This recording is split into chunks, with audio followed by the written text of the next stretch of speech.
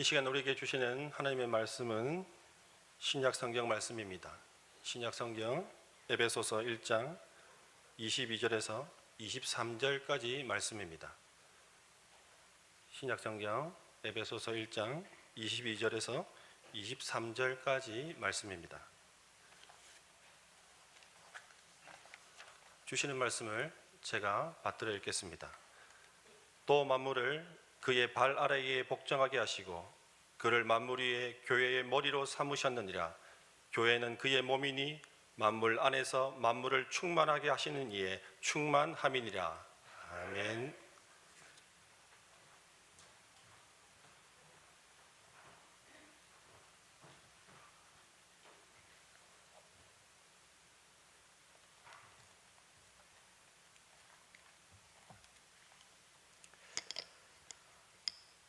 오늘 우리 시온 찬양대 찬양 은혜를 많이 받았습니다. 오늘 1부도 그렇고 또 2부 찬양도 더 교회에 대한 찬송을 해주셨는데 교회가 어떤 곳인가 라는 것을 가사를 통해서 잘 나타내고 또 보여주신 것 같습니다. 얼마 전에 제가 우리 교회 인근에 있는 다른 교회 장로님, 권사님을 만나게 되었는데 그때 이 권사님이 저한테 이런 말을 해요. 목사님, 저희 부부가 아파트에서 엘리베이터를 타고 내려오는데 저희 아파트 밑에 층에 있는 젊은 부부가 저희 부부를 보더니 엘리베이터를 같이 안 타는 거 있죠. 그냥 내려보내버리더라고요. 기분이 참 묘하대요. 그런 얘기를 저한테 했어요. 여러분, 이게 무슨 얘기 같습니까? 이 장로님 부부는 그 아파트에서 오래 살았습니다. 그래서 그 인근 이웃 아파트 주민들이 교회 다니는 장로 권사님인 걸 알아요. 그런데 요즘 교회발 코로나가 확산되면서 이 장로님 부부가 엘리베이터를 타고 내려오는데 엘리베이터 문이 열리니까 교회 장로 권사 부부가 타고 있네? 안 되겠다. 그냥 내려보내야 되겠다. 그래서 안 타고 그냥 내려보냈다는 거예요. 여러분, 요즘 이런 일들이 우리 주변에 일어나고 있습니다. 지난 1년간 코로나19로 인해서 우리 사회와 삶 가운데 많은 생채기가 났습니다. 많은 사람들이 힘들어하고 또 아파하고 또 어려움 가운데 놓여지기도 하고요.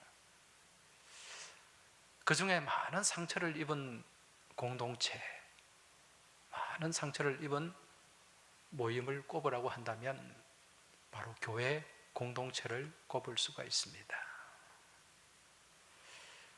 지난 2월부터 지난해 2월이죠. 이 코로나가 확산되면서 전국 대부분의 교회들은 이제 예배를 비대면 예배로 전환을 했습니다. 그리고 교회 안에서 이루어지는 행사와 모임은 다 중단을 했어요. 이것은 우리 항서교회도 마찬가지입니다. 이처럼 대부분의 교회들이 솔선적으로 방역에 앞장섰음에도 불구하고 간혹 불쑥 이 교회발 확진자들이 나왔습니다. 이러한 교회발 감염은 언론에 좋은 먹잇감이 되었고요. 실제로 교회를 통해서 나타난 확진자는 전체 확진자의 10% 미만입니다. 그럼에도 불구하고 교회가 코로나의 온상처럼 여겨지게 되었다는 거죠. 제가 볼 때 그 이유는 언론의 역할이 굉장히 컸어요. 어느 교회에서 코로나 확진자가 나오면 이게 메인 뉴스가 되어버립니다. 그리고 며칠씩 보도를 해요. 다른 곳에서 코로나 확진자가 나오면 잠깐 뉴스 보도하고 이내 내려버리는데 교회발 확진자는 그렇지 않았다는 거죠. 이러한 가운데 교회의 신뢰도가 많이 떨어지게 됩니다. 떨어졌어요. 심지어는 교회와 성도들을 향해서 너희가 신천지와 다른 게 뭐냐, 그렇게 비난하고 또 거친 말을 쏟아내곤 합니다. 또 더 나아가서 이 교회에 출석하는 교인들도요, 교회에 대한 어떤 막연한 어떤 두려운 마음, 예를 들어서 지하철도 타고 마트도 가고 또 카페 같은 곳도 다니면서 교회에 출석하는 것은 꺼림칙하게 생각한다는 거죠. 그런 일들이 우리 주변에 지금 많이 일어나고 있습니다. 이제 교회가 본격적으로 어려움을 당하는 시대가 되었습니다. 여러분, 지금 이 코로나가요, 이 하나님의 키질인 것 같아요.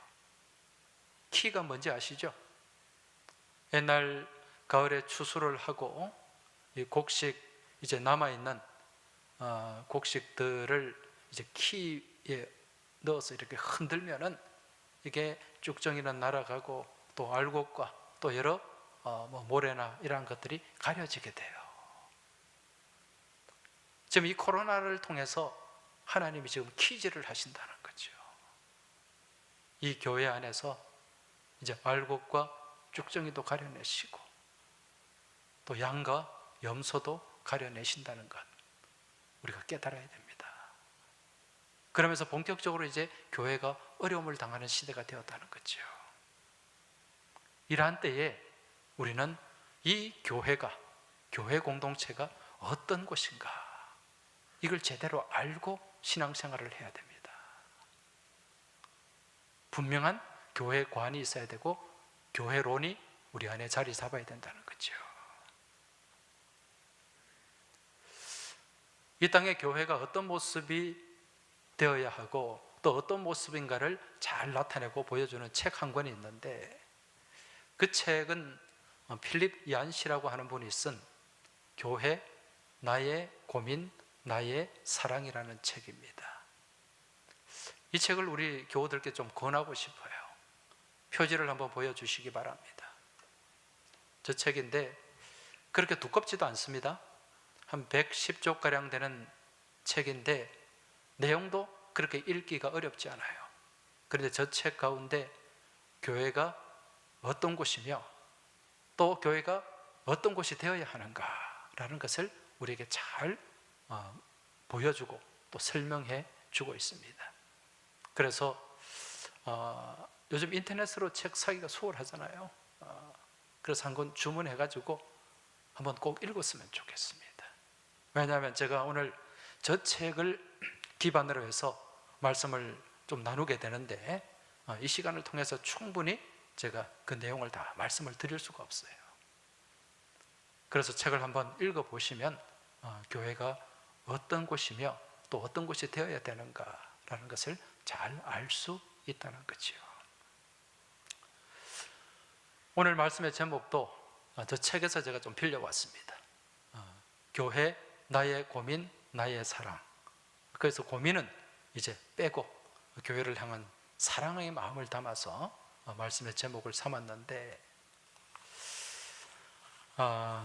이 책을 보면은요, 이 책을 쓴 필립 얀시라는 분이, 이분이 아주 21세기 아주 최고의 베스트셀러 작가이고 또 뛰어난 기독교 저술가입니다. 이분의 교회를 향한 고민이 담겨 있어요. 그 교회를 향한 고민과 더불어서 이제 그 고민을 교회를 향한 사랑으로 풀어가는 그 과정을 그 책에서 담고 있다는 거죠. 먼저 이 필립 얀시라는 작가를 좀 소개를 해드리면, 이분은 1949년에 태어났습니다. 나이가 꽤 있는 분이죠. 미국 남부 조지아주에서 태어났어요. 여러분도 잘 아시겠지만은 이 미국 남부 지역은 굉장한 근본주의 신앙을 가지고 있는 그런 교회들이 많습니다. 그리고 인종차별도 심하고요. 이분은 그러한 바탕 가운데서 어릴 적 이제 교회를 출석했고 또 신앙생활을 했었습니다. 그 책에 보면은 이분이 어릴 때 다닌 교회가 얼마나 근본주의 교회였느냐면, 이분이 고등학교 다닐 때예요. 하루는 주일날 교회를 갔는데 그 교회가 이 말농장, 조랑말 농장 옆에 교회가 세워져 있었는데 그 교회 옆에는 큰 말 축사가 있었습니다. 그런데 주일날 아침에 예배 시간에 그 축사에 불이 난 거예요. 그래서 소방차가 여러 대 출동해서 이제 화재 진압을 하고요.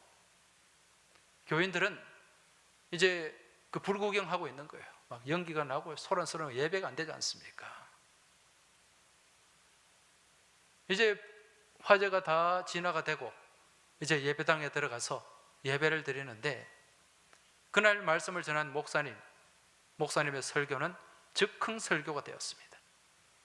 앞에 뭐 주보에 나와 있는 그런 설교는 다 뒤로 하고 그날은 이제 지옥불에 관한 설교가 시작이 되었어요.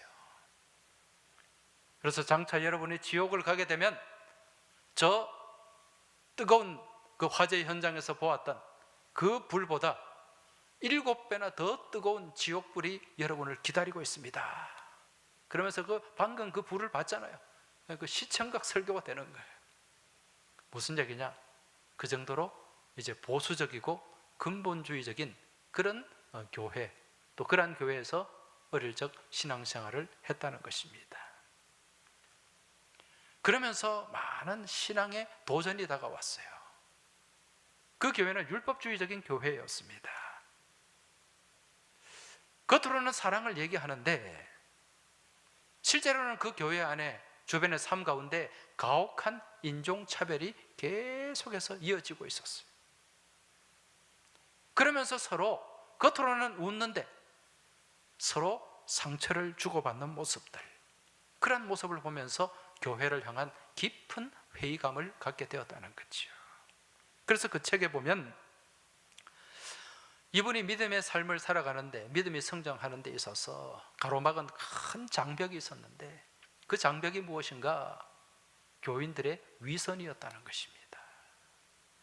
주일날에 다들 옷을 말끔하게 차려입고 교회를 와요. 그리고 얼굴에는 미소를 띄우면서 서로 인사하고 좋은 말들을 합니다. 그런데 그 이면에 속마음에는 무엇이 있는가? 미움이 있고 시기가 있고 경멸이 거기에 담겨 있더라는 것입니다. 그건 필립 얀시 자신도 예외는 아니었습니다. 그리고 또 자신의 교회와 담을 쌓게 하는 큰 장벽, 그것이 무엇이었는가? 답답한 교회의 문화. 여러분, 보수적이고 근본적인 교회, 그 예배가 얼마나 경직되어 있습니까? 주일날 예배에 참석해서 찬송을 부르면 늘 획일적인 멜로디, 천편일률적인 가사, 그리고 예배 시간에 하는 기도는 늘 틀에 박힌 기도, 그리고 예배 시간에 가장 많은 시간을 차지하는 목사의 설교는 수면제 이상의 능력이 있었고, 그리고 무슨 말인지 도무지 알아들을 수 없는 그런 언어들이 반복이 되는 그런 시간이었다는 거죠. 이런 교회의 모습, 교회의 문화가 자신을 교회와 멀어지게 하더라는 겁니다. 그런 신앙적인 고민과 회의 가운데 점점 이제 교회와 멀어지는 삶을 살았는데, 이후에 이제 이분이 도시를 옮겨가지고 시카고 쪽으로 가게 됩니다. 여러분도 잘 아시겠지만은 시카고에는 유명한 대학들이 있잖아요. 뭐 노스트 웨스턴 대학도 있고 시카고 대학도 있고 명문 대학, 또 좋은 또 우리 크리스찬 대학 중에는 휘튼 또 대학도 있고 그렇습니다. 이제 거기에 가서 공부도 하고 또 신앙생활을 하는 가운데 교회를 한 군데 만났는데 그 교회에서 회복이 되기 시작했어요. 교회를 통해서 신앙적인 어려움과 회의를 많이 본인이 겪었는데 이제 새롭게 만난 교회를 통해서 새로운 회복의 역사가 시작이 되었다는 거죠. 그 교회가 어떤 교회인가? 라살 스트리트 교회라는 교회인데, 뭐 우리로 치면은 라살로 교회, 우리 부산에 무슨 수영로, 백양로 많잖아요. 그런 교회인데, 그 교회가 시카고 도심에 있는데, 그 위치가 어떤 교회인가? 아주 부유한 사람들이, 시카고 도심에 부유한 사람들이 모여 사는 그런 동네와 아주 가난한 슬럼가, 빈민들, 마약 중독자, 또 노숙자, 이런 사람들이 사는 그 동네 중간에 이 교회가 위치해 있었어요. 근데 이 필립 얀 씨가 출석했던 그 교회가 지상에서 아주 완벽한 그런 교회였는가? 전혀 그렇지 않았어요. 그 교회에는 정말 이 미국 사회에서 이 연봉도 높고 또 사회적으로 인정도 받는 그런 고소득자들, 뭐 시카고 대학의 노스웨스턴 대학의 교수들, 또 의사들, 변호사들, 이런 사람들도 그 교회에 출석을 했고, 또 반대편에 있는 노숙자들, 마약 중독자들, 그런 사람들도 그 교회에 출석을 했어요. 그런데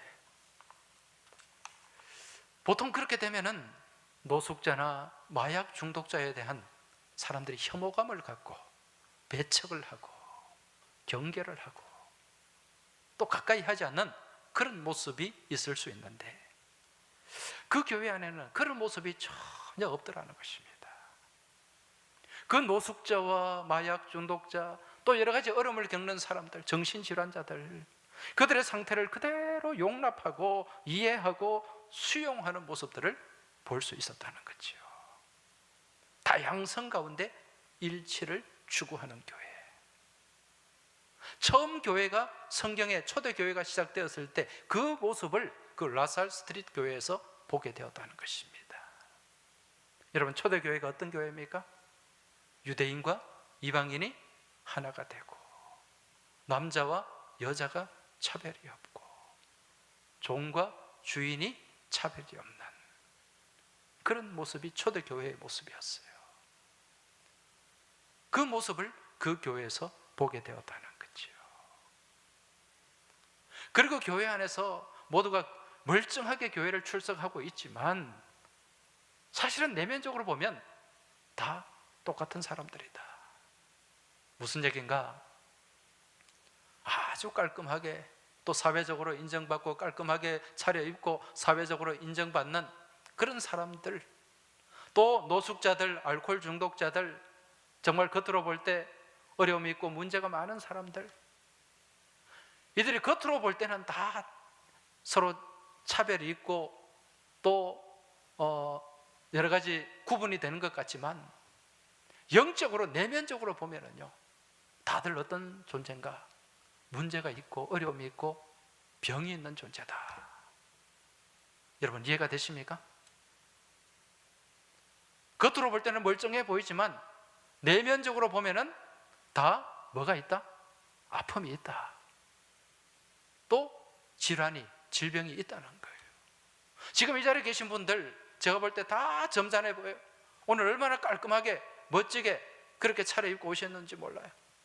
오늘 여기 은퇴하시는 분들도 이렇게 한복을 입고, 또 명예건사를 초대받는 우리 분도 또 이렇게 깔끔하게 입으시고, 또 서류집사로 임명받는 분들도 또 이렇게 멋지게 아주 멀쩡하게 차려입고 오셨는데, 겉으로 볼 때는 다 멋진 사람들이에요.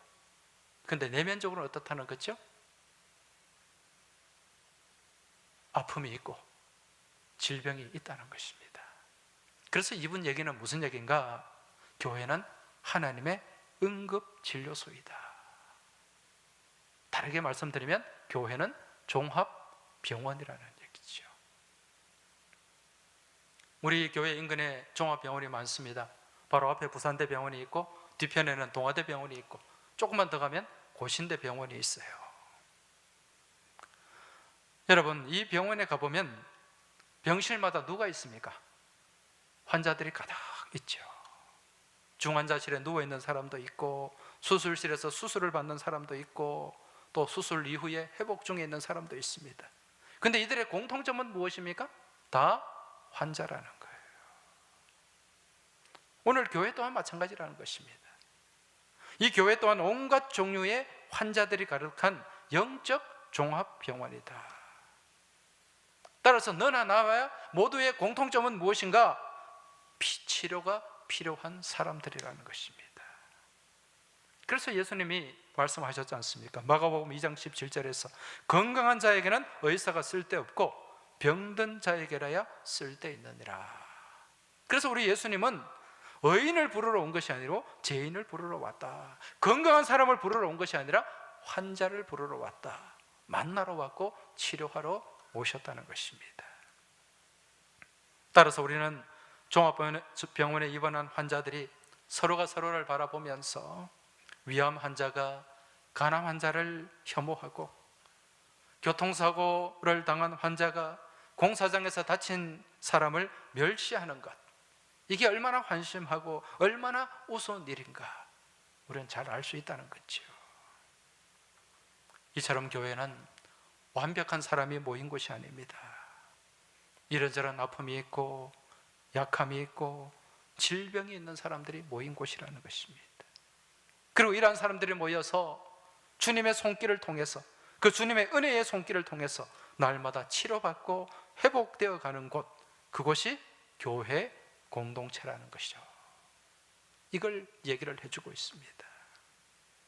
따라서 우리가 스스로를 바라보면서 교회가 왜 저래? 교인이 왜 저래?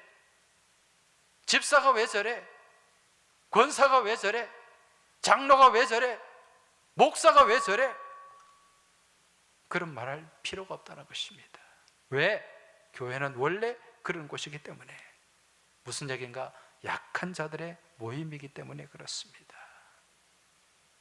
이러한 약한 자들이 모여서 은혜 받고 이제 치료받는 곳, 치료받고 새 사람이 되어가는 곳, 그곳이 교회 공동체라는 거죠.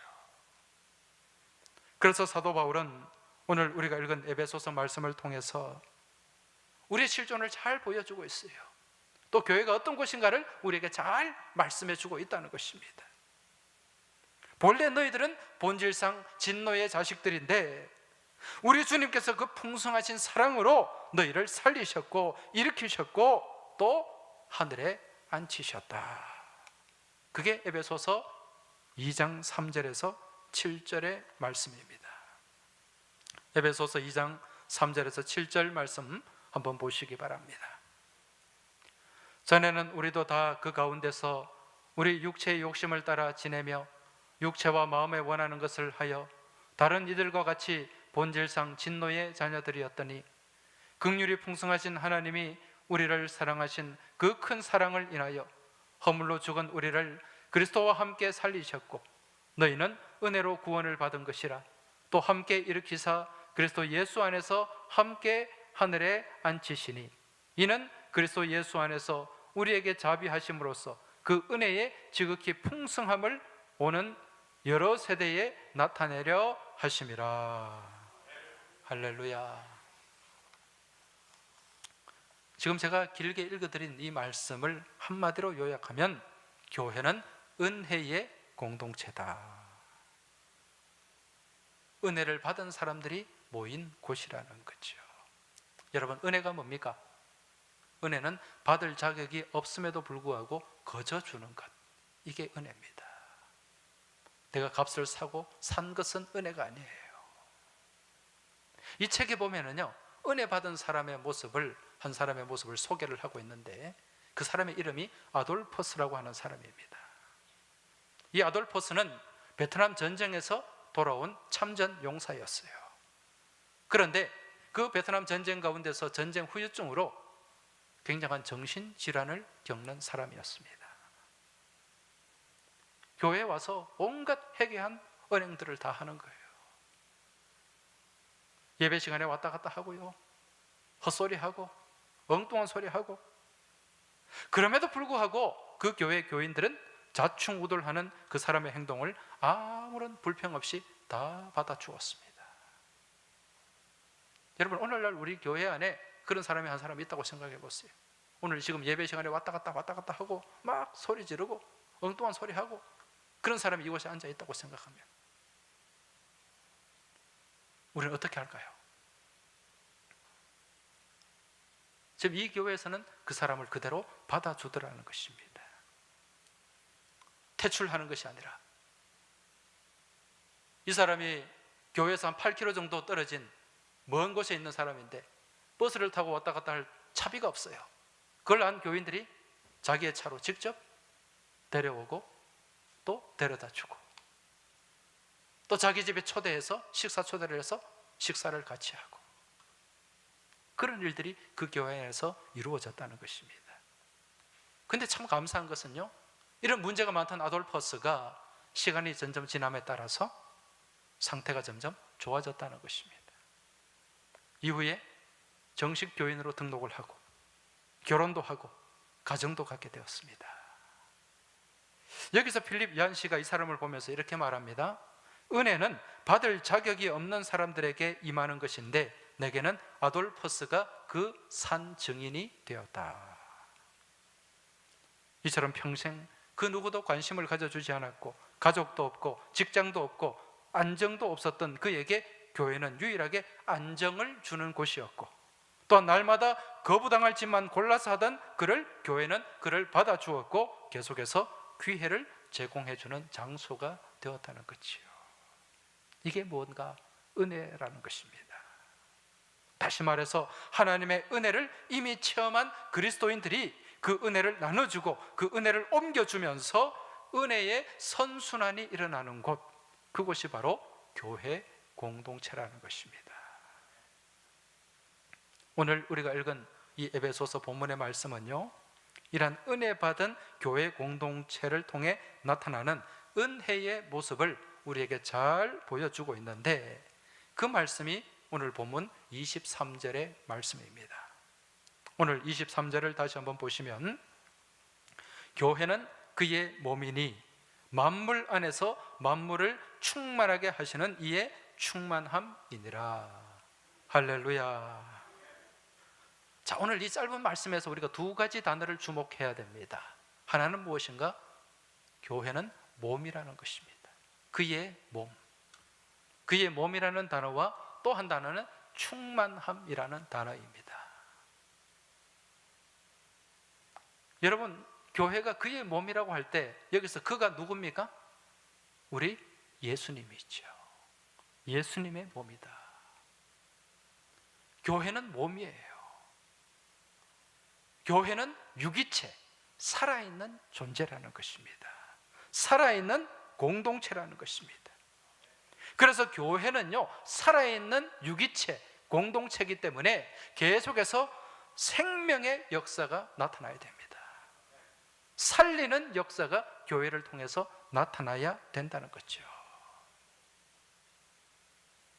여러분, 교회는요, 두 종류가 있습니다. 살아있는 교회가 있고 죽은 교회가 있습니다. 아니, 교회가 어떻게 죽어요? 여러분, 교회가 죽을 수 있습니다.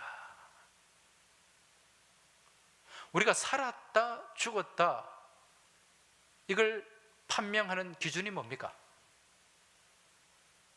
여러분, 사람이 살았어요? 살아있다면 그 살아있는 증거가 무엇입니까? 무엇이 있어요? 살아있는 사람에게는 움직임이 있습니다. 심장이 움직여요. 맥박이 움직여요. 몸이 움직여요. 무슨 증거입니까? 살아있다는 증거라는 거죠. 그런데 죽었어요? 그러면 심장이 움직이질 않아요. 몸이 움직이질 않습니다. 교회도요, 살아있는 교회는 움직이는 교회입니다. 말씀 안에서 움직임이 있어요. 말씀 안에서 행동하는 교회, 그 말씀을 실천하며 살아가는 교회, 이 교회가 살아있는 교회인 줄 깨달으시기 바랍니다. 아멘 좀 크게 하세요. 살아있는 사람은 아멘도 크게 합니다. 예배 시간에 좀 살아있으시기 바랍니다.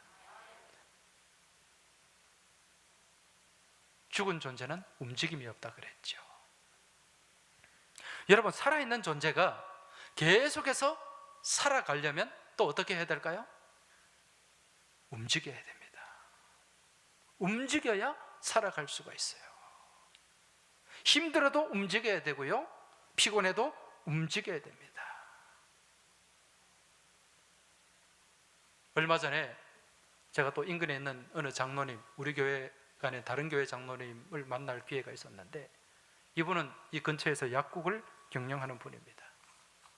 제가 그 약국에 갔다가 이분이 이제 마실 건 하나 주면서 자고 잠깐 얘기를 하는데, 다짜고짜 저한테 목사님 움직이셔야 됩니다 그래요. 많이 움직이셔야 됩니다. 그게 무슨 말인가 이제 설명을 들어보니까 움직여야 건강해진다는 겁니다. 이분이 한 가지 예를 들어서 설명을 하는데요, 바다에 떠 있는 배, 이 바다를 이제 항해하는 배에 오랫동안 항해를 하니까 그 배 밑바닥에 물을 많이 실잖아요. 평형수 말고 사람이 마시는 물입니다. 그런데 그 배 위에, 배 안에 실린 물은 6개월, 1년, 2년이 지나도 물이 썩질 않는다고 해요. 여러분, 이 물이 딱 통 안에 갇혀 있으면, 오랫동안 갇혀 있으면 물은 서서히 썩게 됩니다. 못 먹어요. 근데 배 안에 있는 물은 그렇지 않다는 거죠. 왜 그런가? 여러분, 바다에 떠 있는 배는 어떻습니까? 가만히 있습니까? 움직입니까? 예, 물결에 따라서 움직입니다. 가만히 떠 있어도 움직여요. 항해하면서도 움직여요. 그러면 그 배 안에 있는 물이 가만히 있는 것이 아니라 움직이게 된다는 거죠. 움직이는 물은 썩지 않는다는 것입니다. 그러면서 하는 말씀이, 사람의 몸이 70% 이상 물로 되어 있는데 사람의 몸도 움직여줘야 된다는 거예요. 그래서 매일 움직여야 돼요. 운동을 해야 되고, 움직이면 몸에 질병이 사라지게 된다는 것입니다. 움직이지 않으면 몸도 썩는다는 거예요. 우리 몸에 생기는 염증, 그 염증이 몸에 썩는 거지 않습니까? 그런데 계속해서 운동을 하고 몸을 움직여주면 그런 염증이 훨씬 적게 찾아온다는 거죠. 살아갈 수가 있는 것입니다. 이처럼 사람의 몸도 움직여야 살아갈 수가 있고요, 교회도 움직여야 살아갑니다. 왜? 교회는 몸, 유기체이기 때문에 그렇습니다. 무엇 안에서 움직여야 됩니까? 말씀 안에서 움직여야 돼요.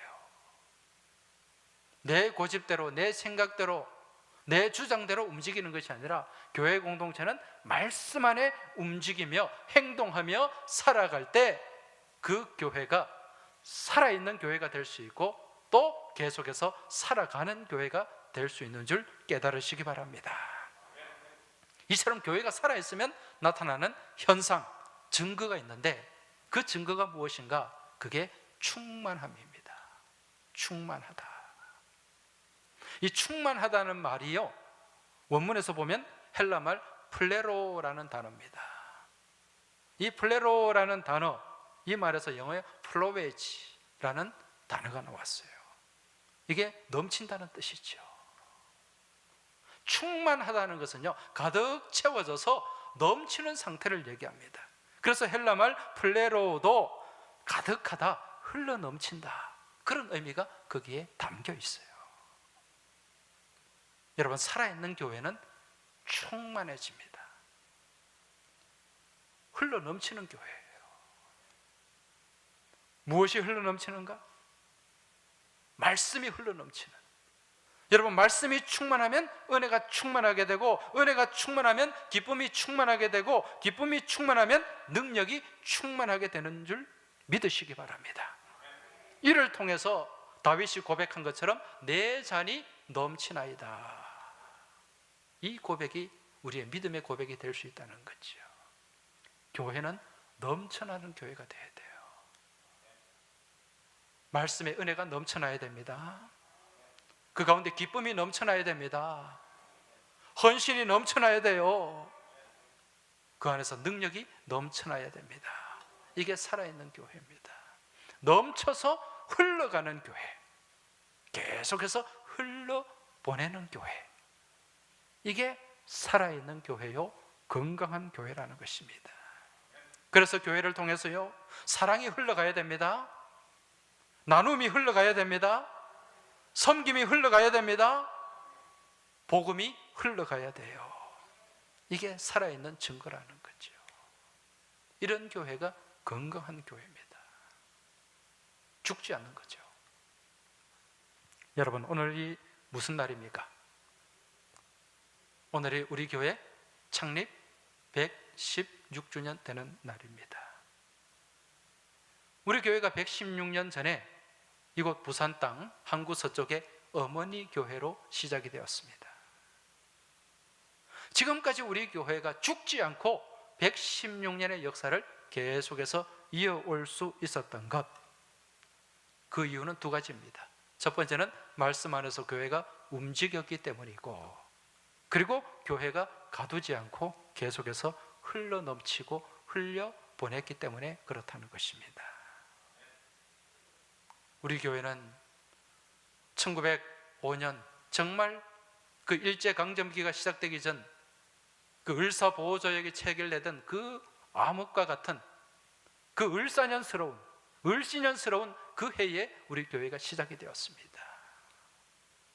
이후에 이 어두운 세상 가운데 빛의 역할을 감당했고요, 특히 6.25 전란 때는 많은 피난민들에게 예수 그리스도의 사랑을 나누고 베푼 교회였습니다. 이 교회 전체를 피난민들에게 다 내어주었지 않습니까? 그때 이곳 부산에 피난을 와서 어디 거처할 데 없던 많은 피난민들이 교회에 머물면서 또 새로운 용기를 갖게 되었고, 또 기도하는 가운데 또 힘을 얻게 되었다는 거죠. 그래서 요즘도 가끔 연락이 옵니다. 옛날 우리 어머니가 항서교회에서 피난생활을 해서 늘 교회를 말씀하십니다. 교회에 헌금을 좀 보내고 싶습니다.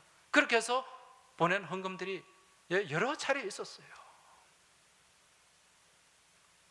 우리 교회가 말씀 안에서 가만히 고정된 죽은 교회가 아니라 말씀 안에서 살아 움직이는 교회였기 때문에 그런 사랑이 주변의 이웃들에게, 사람들에게 흘러갔던 것입니다. 그 힘이 우리 교회를 116년 동안 또 역사를 이어오게 했다는 것입니다. 이제 우리에게도 책임이 있습니다, 여러분. 이 교회가 앞으로 죽어가는 교회가 아니라 더 복되게 살아가고 또 살리는 교회가 우리를 통해서 더욱더 그 역사가 이루어지고 펼쳐져야 될 줄로 믿습니다. 그러기 위해서는 내가 움직여야 돼요. 나를 통해서 충만해지고 나를 통해서 흘러 넘쳐야 됩니다. 왜? 나 한 사람 한 사람이 이 교회이기 때문에 그래요. 내 안에 말씀의 은혜가 있어야 됩니다. 내가 말씀 안에서 살아 움직여야 돼요. 그리고 내 안에 충만함의 은혜가 있고 역사가 있어야 됩니다. 그리고 내가 속한 이 교회를 이 세상에 무엇보다도 사랑해야 됩니다. 그리고 이 교회를 섬겨야 됩니다. 우리 찬송가 가사처럼 내 주의 나라와 주 계신 성전과 피 흘려 사신 교회를 늘 사랑합니다. 이 찬송과 이 고백이 우리가 하늘 날아가는 그날까지 계속해서 이어져야 된다는 것이죠. 오늘 특별히 뜻깊은 116주년 기념주일을 맞이해서 이 찬송의 고백과 이 찬송의 은혜가 여러분과 저의 귀한 고백이요 또 은혜가 될 수 있길 주의 이름으로 축원합니다. 앞으로 이 찬송과 함께 계속해서 우리 교회가 복된 교회로 세워지고 또 섬기는 교회, 또 살리는 교회, 또 은혜가 흘러넘치는 그런 교회가 될 때 우리 교회를 통해서 하나님의 놀라운 은혜의 역사가 펼쳐지고 하나님 영광 드러나게 될 줄 믿습니다. 기도드리겠습니다. 하나님 아버지 감사합니다. 오늘 116주년 기념주일을 맞이해서 우리 교회가 어떤 교회가 되어야 하는가 말씀을 통해 깨닫게 하시니 감사를 드립니다. 아버지 하나님, 우리 교회가 말씀 안에서 살아 움직이는 교회가 되게 하여 주옵시고 또 그 움직임 가운데 생명의 역사가 흘러넘치고 생명의 은혜가 흘러넘치는, 그리하여 생명의 선순환, 은혜의 선순환이 몸된 교회를 통해 이루어지게 하여 주시옵소서. 모든 것 주님께 감사를 드리며 예수님 이름으로 기도하옵나이다. 아멘.